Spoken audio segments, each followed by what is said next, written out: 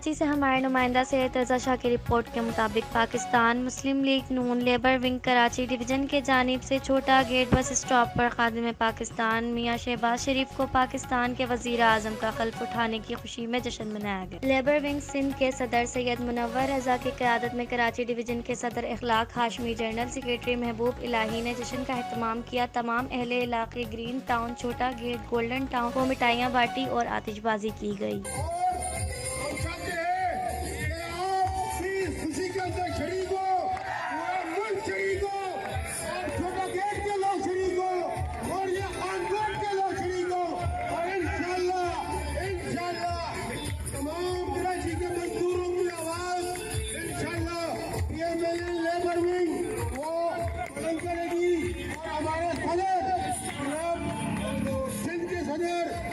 منور رضا صاحب یہاں تشریف لا چکے ہیں، خوشی کو سیلیبریٹ کر رہے ہیں۔ آج جو شہباز شریف صاحب نے جو حلف اٹھایا ہے اس کو ہم سیلیبریٹ کر رہے ہیں۔ پی ایم ایلن کے نغموں پر تمام اہل علاقے نے خوشی کا اظہار کیا اور بھنگڑے ڈالے۔ سید منور رضا نے کہا، کراچی میں جتنے لوگوں کو اداروں سے نکالا گیا جیسے کہ اسٹیل مل، پورٹ قاسم، پی آئی اے، ان تمام لوگوں کو بحال کرایا جائے گا۔